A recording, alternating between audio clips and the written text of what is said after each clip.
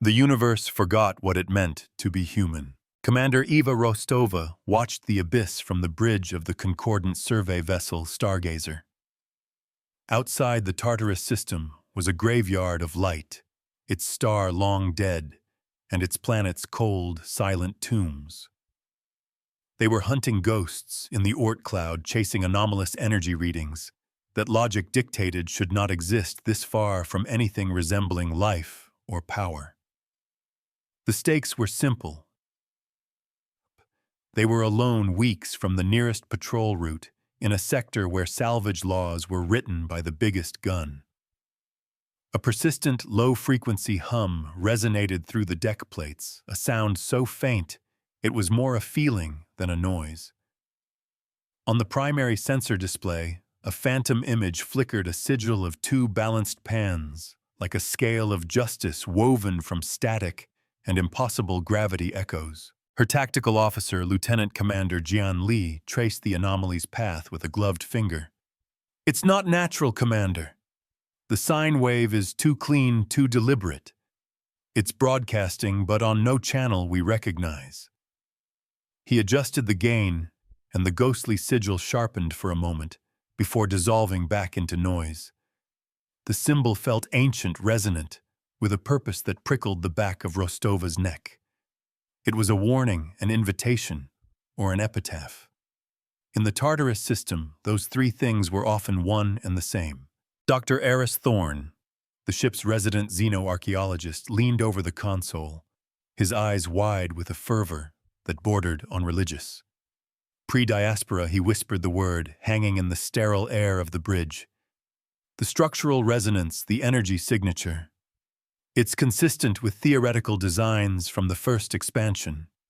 We might be looking at a relic from the age of myths. Rostova kept her expression neutral, but the hum from the deck plates seemed to intensify, a sleeping giant stirring in its slumber. This was either the discovery of a lifetime or a tombstone for her entire crew. They were either making history or about to become it. The source of the signal was a vessel of impossible scale, a ghost rendered in pitted, scarred metal that absorbed all sensor light. It was a shard of deepest night against the star-dusted void, its silhouette a testament to an forgotten age of engineering. It drifted dead in the water, a leviathan that had not moved in millennia.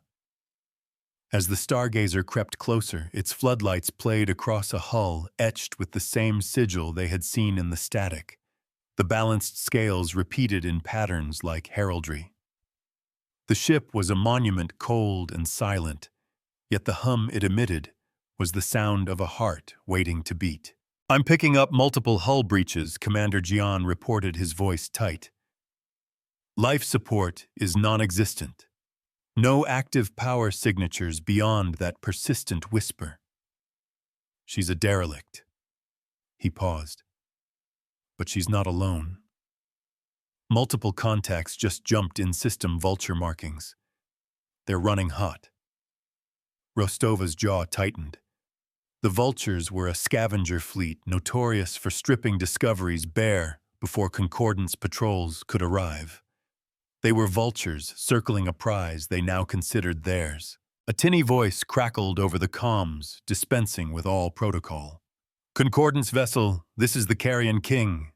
This derelict is under our salvage claim by the Frontier Salvage Mandate.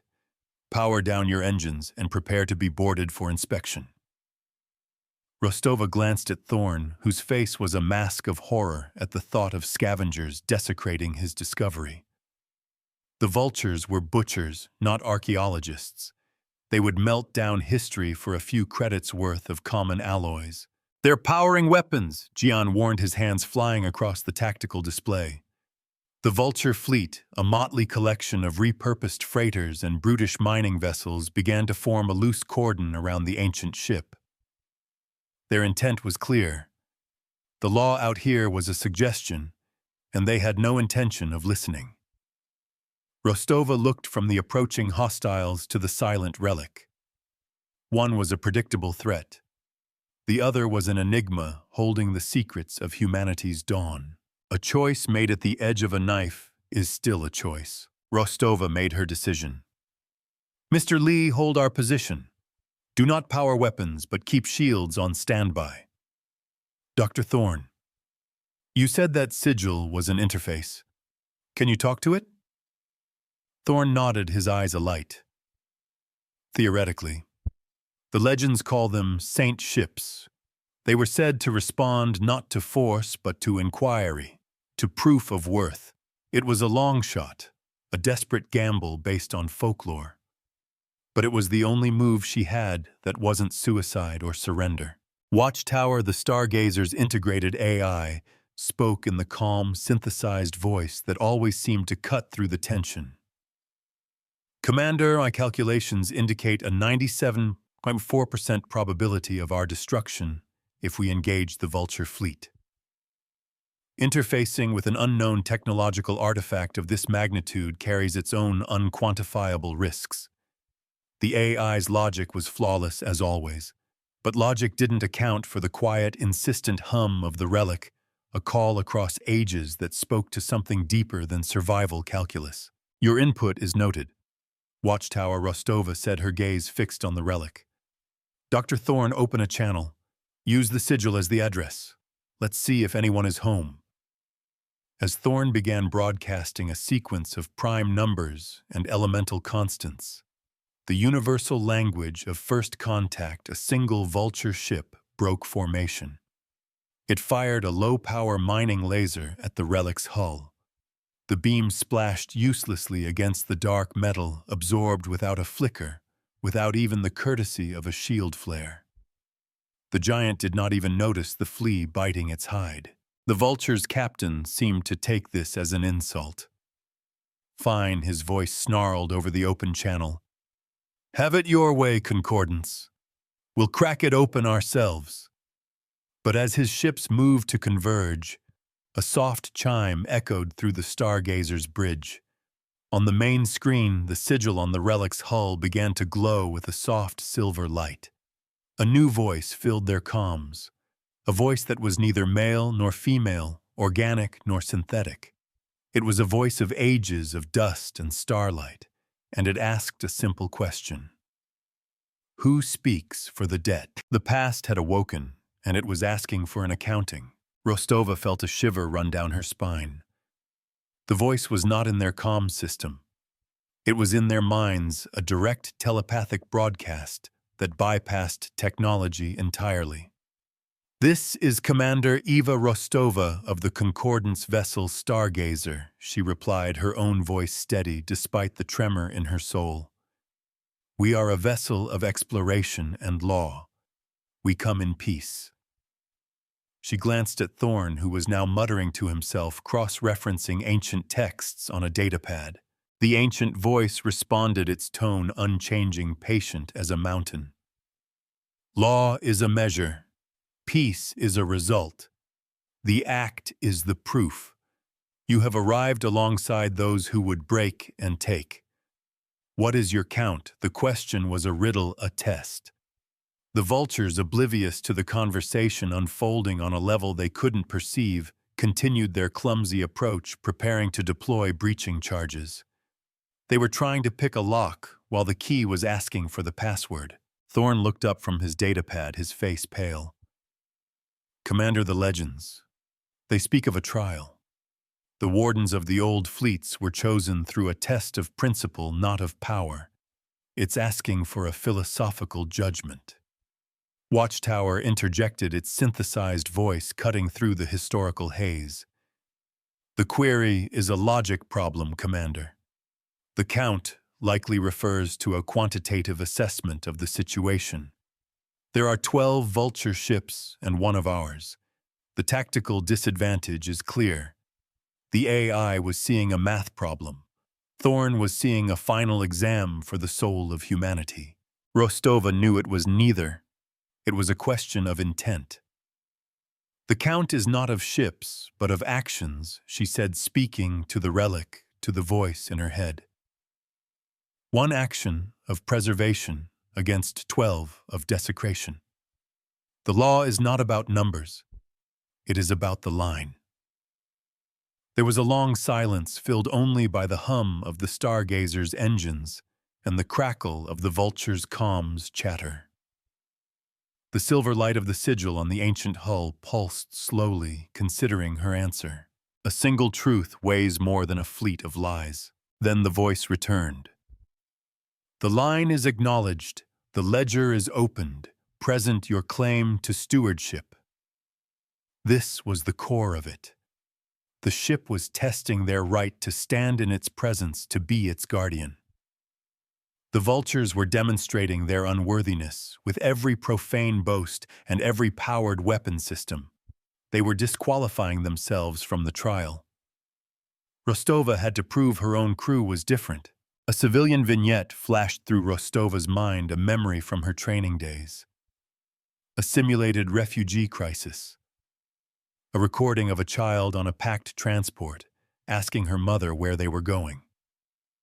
The mother, her face worn with exhaustion, simply pointed to a Concordance cruiser on the viewport. There, she had said, "We are going there. Where they are, we are safe." That was the Concordance's promise. That was the line. "Our claim is our creed," Rostova stated, her voice ringing with a conviction she hadn't felt in years. "We protect. We preserve. We explore. We are the guardians of history, not its plunderers. We are here to learn, not to take." She could feel Jian's steady presence beside her, Thorn's hopeful gaze on her back. Her crew was her proof. Their discipline was her testimony. The vultures, growing impatient, fired another volley. This time a wave of kinetic slugs hammered against the relic's hull, sparking and ricocheting off the ancient metal. The attack was as pointless as the first, but it was an escalation, a declaration of their brute force philosophy.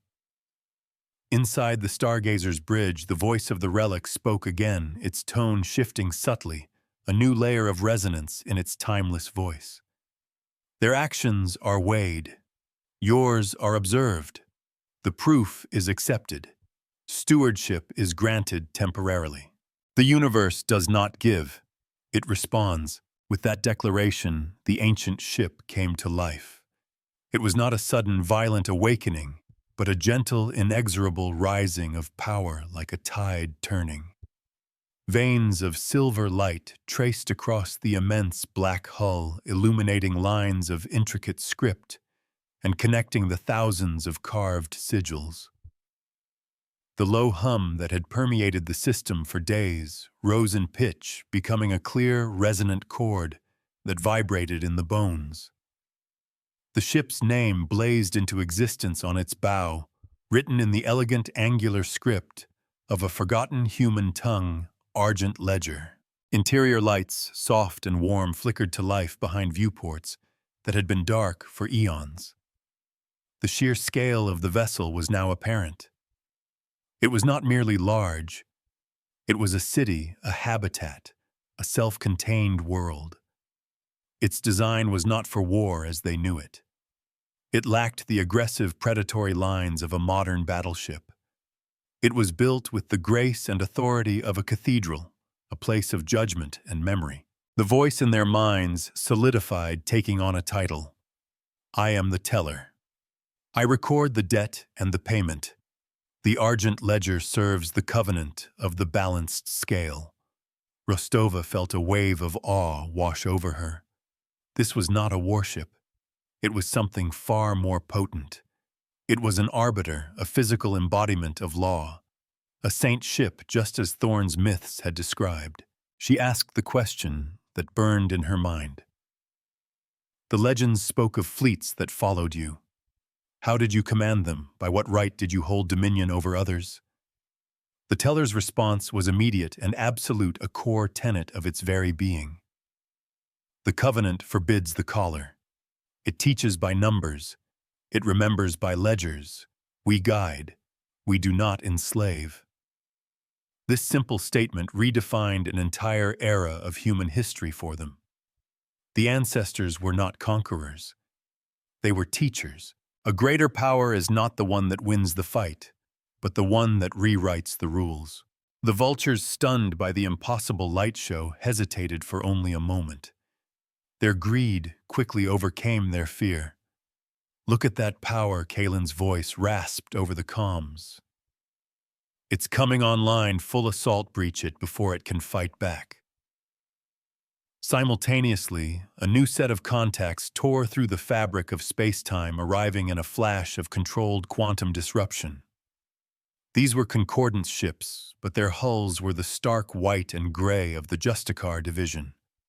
They were legalists' zealots who saw ancient technology not as a treasure, but as a potential heresy, a threat to established order. The Justicar Commodore's voice was cold and clipped.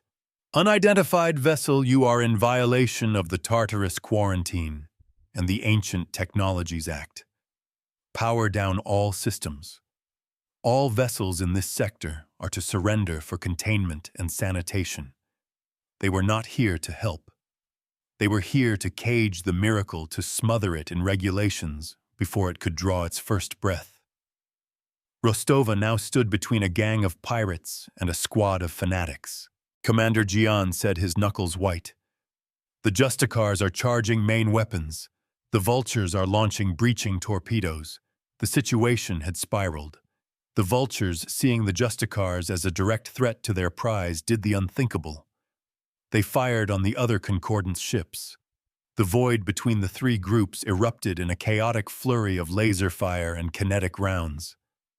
The Stargazer was caught in the crossfire, its shields flaring as stray shots glanced off its hull. "Damage to port ventral stabilizer," an automated voice announced calmly. The ship shuddered. This was the cost of being in the right place at the wrong time. In the midst of the chaos, the teller's voice cut through the noise, serene and focused. "Their hostility is recorded. A judgment is rendered. The first act of this renewed commission is ready. Your approval is required, steward." It was asking for her permission. It was honoring her role even now. The power to end this was in her hands. Justice is not an act of vengeance, but an act of correction. "What do you propose?" Rostova asked, her mind racing through tactical possibilities. The ledger had not yet shown any offensive capability. It was a giant awake but unarmed, caught in a battle it had not started. The teller's response was something she could never have conceived. "We will not fire. We will not destroy. We will present the mirror. We will show them the weight of their own ledger." The plan was audacious, elegant, and terrifying. The Argent Ledger would not engage in a crude exchange of firepower. It would use its impossibly advanced energy manipulation and electronic warfare suites to turn its opponent's aggression back on them, not as force but as information. It would reflect their own actions, their own data, their own protocols back at them perfectly and instantly. It was a strategy of pure, irrefutable truth. "Authorize it," Rostova said, her voice filled with a certainty that surprised even herself. "Execute the judgment." The silver light on the ledger's hull brightened, and the resonant hum deepened into a powerful, system-spanning broadcast. It was not a weapon firing. It was a truth being told at the speed of light. The effect was instantaneous and devastatingly precise. The vulture ships, their systems flooded with their own malware and hacking algorithms reflected back at them, went dark and silent. Their screens filled with arrest warrants, logs of their piratical activities, and irrefutable proof of every crime they had ever committed. Their own weapons, suddenly seeing their allies as designated targets, turned on each other before their crews could frantically sever the connections. They were paralyzed by their own corruption. The Justicar fleet suffered a different, more ironic fate. The Ledger didn't attack them. It answered them. It flooded their networks with a perfectly cross-referenced cascade of concordance law, citing every regulation they were currently violating. It buried them in their own rigid dogma, creating an infinite loop of bureaucratic paradoxes that froze their command systems solid. Their weapons, locked by their own safety protocols, which now saw the act of firing as a violation powered down. They were shackled by their own fanaticism. The most elegant weapon is the truth. The battle, if it could be called that, was over in seconds. The void fell silent, littered with the crippled, non-functional hulls of two separate fleets. Not a single life had been lost. Not a single shot had been fired by the Argent Ledger. It had simply held up a mirror, and its enemies had defeated themselves. Rostova and her crew could only stare in stunned silence. They had just witnessed a form of power that did not conquer. It corrected. Jen ran a frantic diagnostic. "Commander, all hostile vessels are neutralized. They're dead in the water. No casualties reported on any ship, just mass system failure." He looked up from his console, his expression one of profound disbelief. They didn't fight them. They audited them into submission. The sheer breathtaking brilliance of the strategy was almost too much to comprehend. It was a victory without violence, a judgment delivered with the cold, clean precision of mathematics. Watchtower's synthesized voice was tinged with something that sounded almost like awe. The energy expenditure from the relic was minimal. The processing load, however, it is beyond my capacity to calculate. It processed and redirected terabytes of data for both fleets simultaneously. The strategic implications are paradigm shifting. The AI was finally looking at a power that transcended its own understanding of logic and efficiency. Thorne was weeping silently, tears of vindication tracking through the grime on his face. "It's real," he whispered. "The legends are all real. A ship that wields the law itself as a weapon." He looked at Rostova, his eyes shining. "You are the first warden in 10,000 years, Commander." Rostova felt the weight of that title, of the responsibility that had been placed upon her. She had been given the keys to something that could reshape the balance of power in the entire galaxy. But their moment of triumph was short-lived. A klaxon blared from the sensor station. New contacts. Commander Jian shouted, his voice snapping with renewed tension. A lot of them. They just jumped to the system's edge. On the tactical display, dozens of new icons appeared. A massive corporate armada, no doubt the Vulture's well-funded backers, was inbound. And with them a concordance battle group responding to the Justicar's panicked distress call. They had won the battle, but now the war was coming to them. Power does not grant immunity. It only raises the stakes. The teller's voice returned to her mind, calm as ever, but with a new sense of urgency. "Steward. My primary systems are restored. However, the Star Dancer drive requires reinitialization.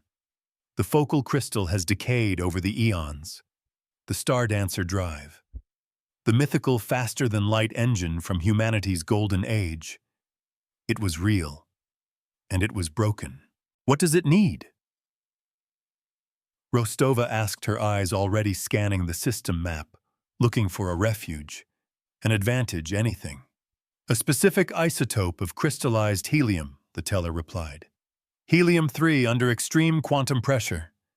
It is a material that can only be forged and stabilized within the accretion disk of a spinning neutron star." Rostova's gaze snapped to the center of the tactical display, to the heart of the Tartarus system. There, surrounded by the shattered ruins of what might have once been a Dyson sphere, was a pulsar, a violently unstable neutron star that spun hundreds of times a second, spewing radiation in lethal lighthouse-like beams across the system. It was one of the most dangerous places in the known universe, and it held the key to their escape. She looked at the inbound fleets bristling with weapons and righteous fury. She looked at the crippled ships of her recent opponents, silent monuments to a better way of resolving conflict. Then she looked at the raging heart of the dead system. They had a moment of peace, a breath of calm in the eye of the storm. But to survive what was coming, they would have to fly directly into the fire.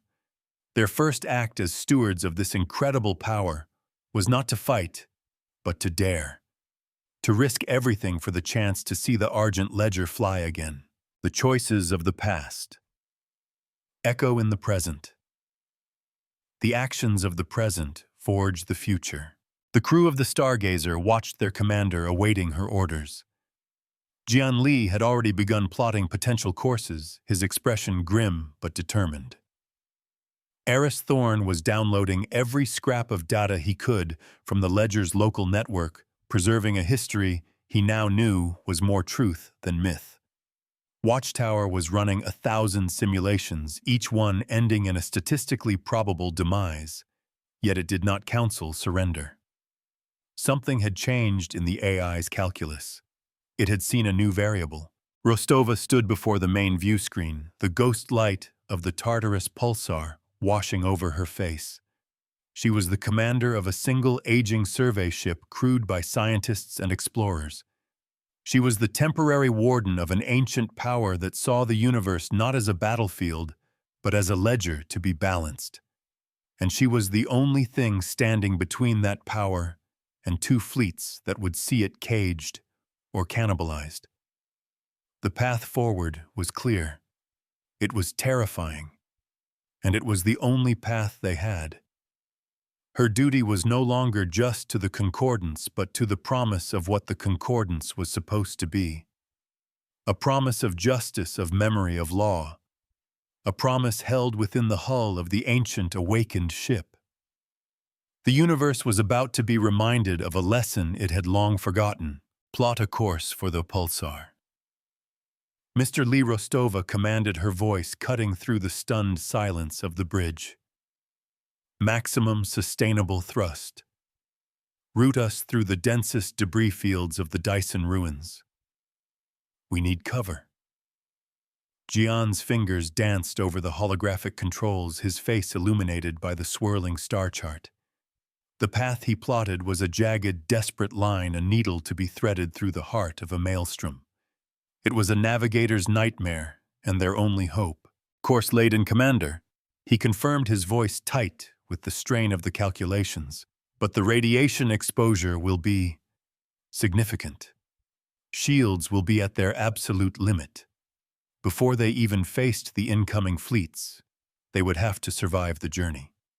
Rostova's mind flashed to another civilian memory, this one of an old spacer in a port bar, his face a roadmap of hard-lived years. He spoke of the Tartarus pulsar not as a star, but as a mythical beast.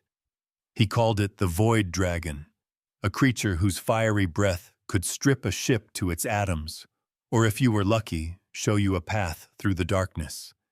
They were about to fly into the dragon's mouth. The only way out was through the heart of the fire. Dr. Thorne, ever the historian, offered a sliver of context that was both fascinating and terrifying. The builders of the Dyson Ring, they didn't see the pulsar as a danger. Their records, what little we have, refer to it as the Great Anvil. They used its immense gravitational forces and energy output to forge exotic materials. He gestured to the Argent Ledger, a silent giant pacing them in the void. Materials like the Star Dancer's focal crystal. They were not just flying into a hazard.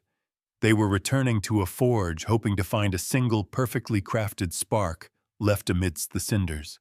The Vulture's parent corporation, Kalen Salvage, is hailing us, the comms officer announced.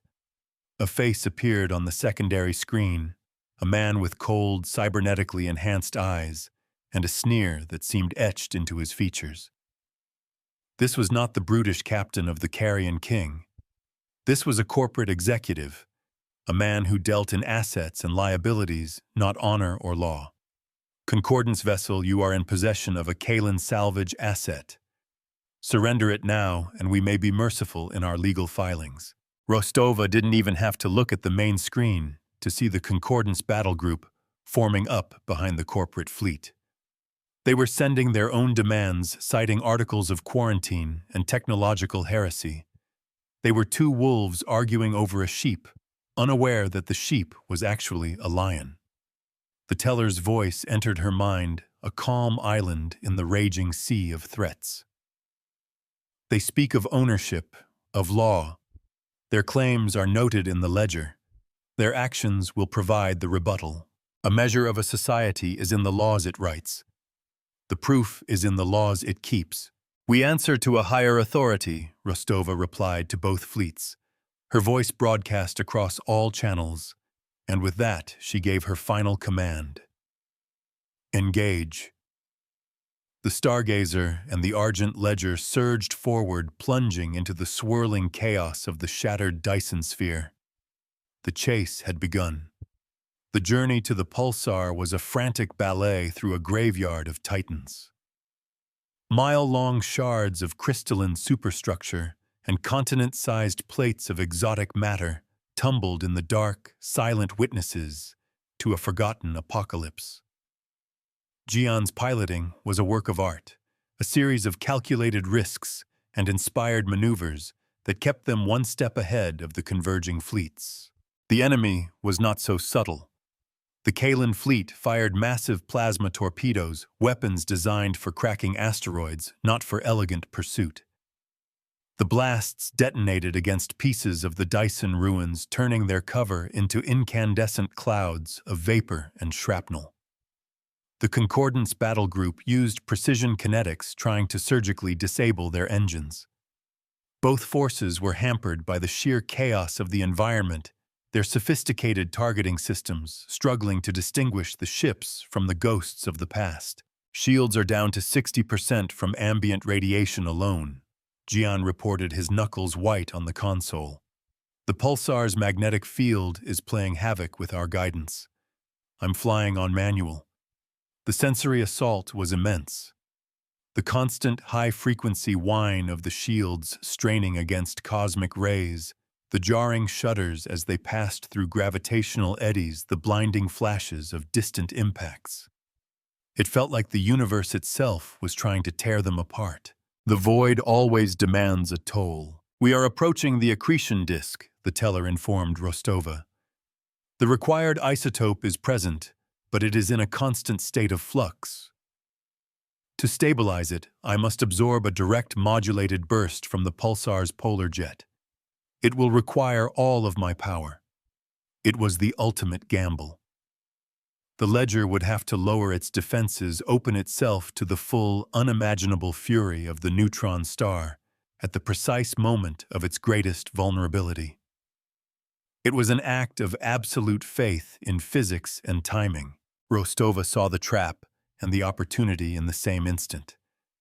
The enemy fleets, seeing them slow down, would assume they were cornered, crippled by the radiation. They would press their advantage, moving in for the kill. They would be so focused on the prize that they wouldn't see the jaws of the forge closing around them. Watchtower, she said, her voice sharp and clear. Work with the teller. I want a full sensory projection of the pulsar's next sweep, timed to the millisecond. The AI's voice responded instantly, its usual detached tone now imbued with a sense of shared purpose. Calculations are underway. The teller's processing power is remarkable. We can not only predict the pulse, we can map its exact energy signature and trajectory. A plan began to form in Rostova's mind, a strategy born from the ledger's own philosophy. They wouldn't just survive the pulsar's blast. They would wield it. They would not just gather the material they needed. They would deliver a judgment forged in the heart of a star. A law of nature is the highest jurisdiction. The enemy fleets are closing, Jian warned. They're entering the optimal firing envelope. They are no longer trying to disable us. He didn't need to finish the sentence. Their intent was now annihilation. The Kalan ships unleashed a full barrage of their heavy weapons, while the Concordance vessels fired a spread of quantum core warheads, a devastating show of force that ignored any possibility of collateral damage. They were determined to have the relic, or ensure no one else would. The moment is now steward. The teller's voice resonated in her mind. The anvil is ready to strike. Rostova watched the incoming wave of destruction from on the tactical display. Dozens of warheads, hundreds of energy blasts, all converging on their position. It was enough firepower to slag a small moon.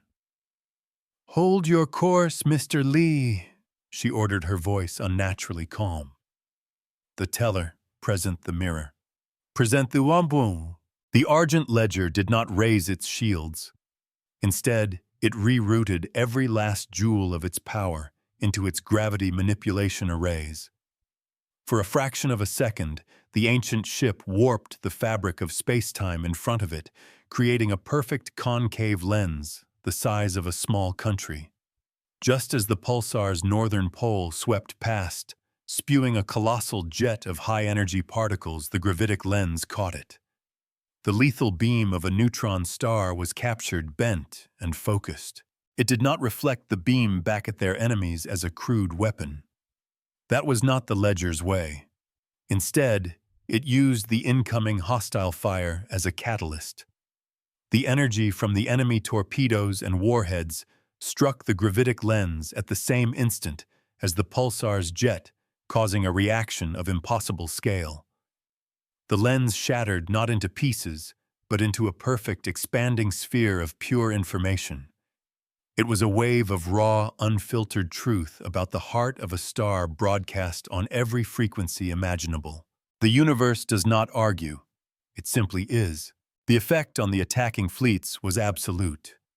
Their sensors, designed to process the orderly data of ship-to-ship combat, were hit with a data tsunami containing the physical reality of a pulsar's jet. It was like trying to drink from a fire hose that was spraying the distilled essence of a sun. Every sensor, every targeting computer, every navigation system was instantly and completely overwhelmed. Screens went white with static. Processors melted into slag from the sheer computational load. The ships were not destroyed, but they were rendered deaf, dumb, and blind. Their automated systems, flooded with nonsensical data, crashed and rebooted in endless futile cycles. Their organic crews, witnessing a star's fury through their direct neural interfaces, were knocked unconscious or left reeling with debilitating vertigo. The two most powerful fleets in the sector were neutralized by a single perfectly timed act of physics, a lesson taught by the universe itself. But the victory was not without its cost. The backlash of energy from the collapsing gravitic lens washed over the stargazer. Hull breach in the aft engineering section. Jian yelled, fighting the controls as the ship bucked like a wild animal. "We've lost our primary comms array." Red lights flashed across the bridge and the smell of burnt ozone filled the air. They were alive but wounded, scarred by the very power they had helped unleash. The ledger itself showed the strain, the silver light of its sigils flickering as it shunted a massive overload through its ancient systems.